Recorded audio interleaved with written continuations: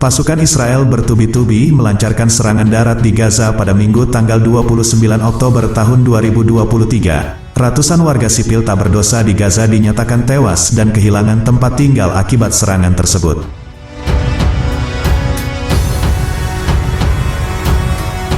Hamas mengatakan para pejuangnya terlibat dalam pertempuran sengit di Gaza pada Minggu tanggal 29 Oktober tahun 2023. Di mana Israel telah meningkatkan intensitas operasi darat. Hal itu terjadi seiring dengan makin banyaknya seruan untuk mengirimkan bantuan ke wilayah Palestina, setelah berminggu-minggu pengepungan hingga pengeboman. Para pemimpin dunia menggarisbawahi pentingnya meningkatkan bantuan ke wilayah yang dikuasai Hamas, dan para pengunjuk rasa di seluruh dunia berunjuk rasa untuk gencatan senjata. Hal tersebut setelah Perdana Menteri Israel Benyamin Netanyahu menguatkan negaranya untuk menghadapi perang yang panjang dan sulit.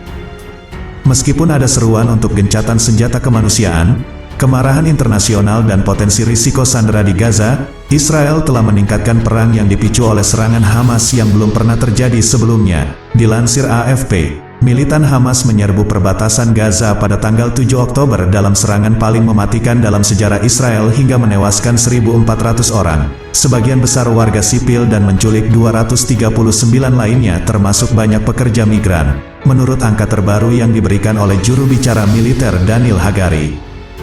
Kementerian Kesehatan yang dikelola Hamas di Gaza mengatakan serangan balasan Israel telah menewaskan lebih dari 8.000 orang, sebagian besar warga sipil dan setengah dari mereka adalah anak-anak. Kepanikan dan ketakutan meningkat di wilayah Palestina, tempat PBB mengatakan lebih dari separuh dari 2,4 juta penduduknya mengungsi dan ribuan bangunan hancur.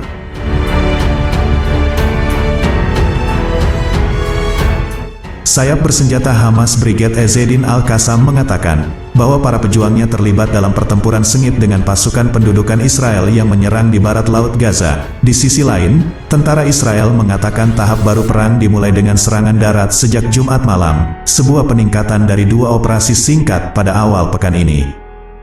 Militer Israel mengatakan mereka telah menyerang ratusan sasaran Hamas dan meningkatkan pasukan daratnya di Gaza. Juru bicara militer Hagari bersumpah akan mengejar pemimpin Hamas di Gaza Yahya Sinwar. Tentara mengatakan, pasukannya telah menghadapi militan yang muncul dari sebuah terowongan di utara Gaza, menyoroti tantangan jaringan bawah tanah Hamas yang luas terhadap operasi darat Israel.